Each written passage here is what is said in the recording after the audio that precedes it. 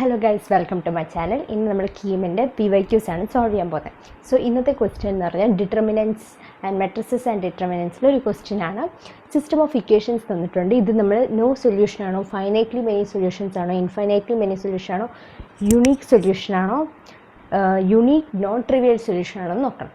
So നമ്മളിത് കണ്ടപ്പോൾ തന്നെ നമുക്കറിയാം ഇത് നോൺ ട്രിവിയൽ സൊല്യൂഷനാണ്. ട്രിവിയൽ സൊല്യൂഷൻ എന്ന് പറയുമ്പോഴത്തേക്കും ഈ സാധനം ഉണ്ടല്ലോ, ഈ ഈക്വൽ ടു ഇതെല്ലാം 0 ആയിരിക്കും, എന്നാലാണ് ഇത് ട്രിവിയൽ സൊല്യൂഷൻ ആവുന്നത്. So this is known trivial solution. And നമുക്ക് ഇത് ചെയ്യാൻ വേണ്ടിയിട്ട് നമ്മളിത് ചെയ്യാൻ വേണ്ടിയിട്ട് ഒരു ചെറിയ ഷോർട്ട് ട്രിക്ക് ഉണ്ട്. ലൈക്ക് ഇതിനകത്തെ കോഎഫിഷ്യൻസ് എല്ലാം എഴുതിയിട്ട് നമ്മൾ എന്ത് ചെയ്യുക, ഒരു ഡിറ്റർമിനൻ്റ് ഉണ്ടാക്കുകയാണ്. Okay, so like 1 3 5 1 3 -3 2 6 2. ഓക്കെ, അതായത് എക്സിൻ്റെയും വൈയുടെയും സെഡിൻ്റെയും കോഎഫിഷ്യൻസ് എഴുതിയിട്ട് നമ്മൾ എന്ത് ചെയ്യണം, ഒരു ഡിറ്റർമിനൻ്റ് ഉണ്ടാക്കുകയാണ്. ഓക്കെ, എന്നിട്ട് ഈ ഡിറ്റർമിനൻ്റ് കണ്ടുപിടിക്കാനുള്ള ഒരു ട്രിക്കാണ് ഇങ്ങനെ എടുക്കുക, ഇതെടുക്കുക. 3 2s are 6 plus 6, then ഇത് 6 5s are 30 plus 30 plus 3 3s are 9 9 2s are 18 minus 18. ഇവിടെ ഒരു മൈനസ് ഉള്ളതുകൊണ്ടാണ് മൈനസ് വന്നത്. എന്നിട്ട് ഇങ്ങനെ പോകുമ്പോഴത്തേക്കും minus 5 3s are 15 15 2s are 30 minus 3 2s are 6 minus 6 3s are 18 minus 18. So like minus 18, ഇത് പ്ലസ് 18 ആയി മാറും.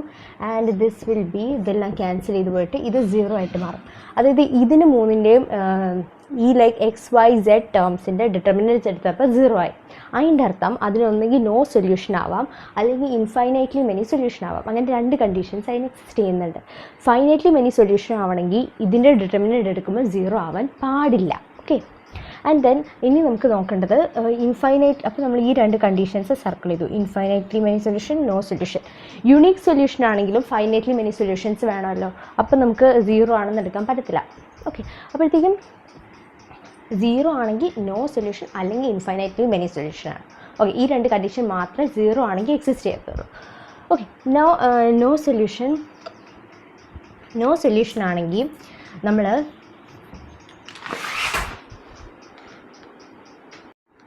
ഓക്കെ, അപ്പോൾ നോ സൊല്യൂഷൻ ആണെങ്കിൽ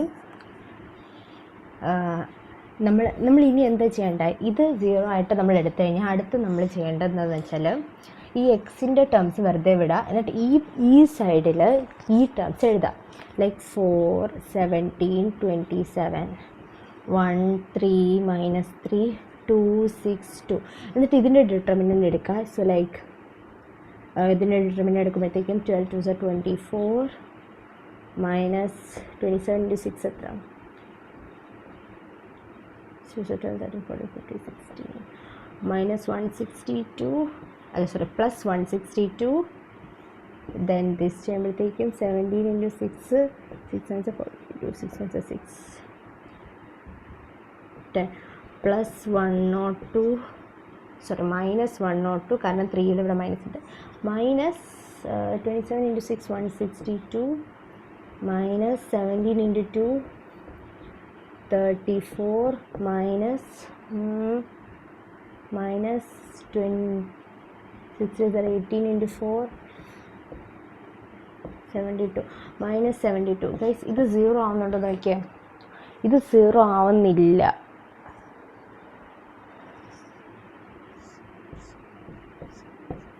വെയിറ്റ്, ഇത് പ്ലസ് 72 അല്ലേ, പ്ലസ് 72 ആൻഡ് പ്ലസ് 72 ആൻഡ് ഇത് 0 ആവുന്നുണ്ടോ, 72 പ്ലസ് 24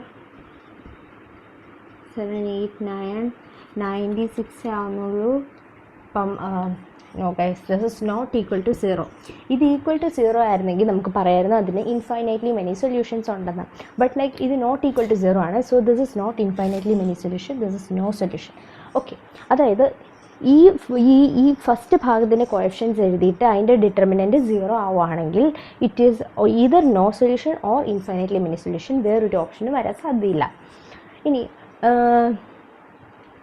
ഈ ഒരു ഭാഗം നമ്മൾ ഇഗ്നോർ ചെയ്തിട്ട് ഇതും ഈ എക്സിൻ്റെ പ്ലേസിൽ ഇതും എഴുതുവാണെങ്കിൽ നമുക്ക് കിട്ടുന്നത് നോൺ സീറോ ആണെങ്കിൽ ദാറ്റ് ഇസ് നോ സൊല്യൂഷൻ. അത് സീറോ ആണെങ്കിൽ അത് ഇൻഫൈനൈറ്റ്ലി മെനി സൊല്യൂഷൻ ആയിരിക്കും. Okay guys, bye bye. Thank you.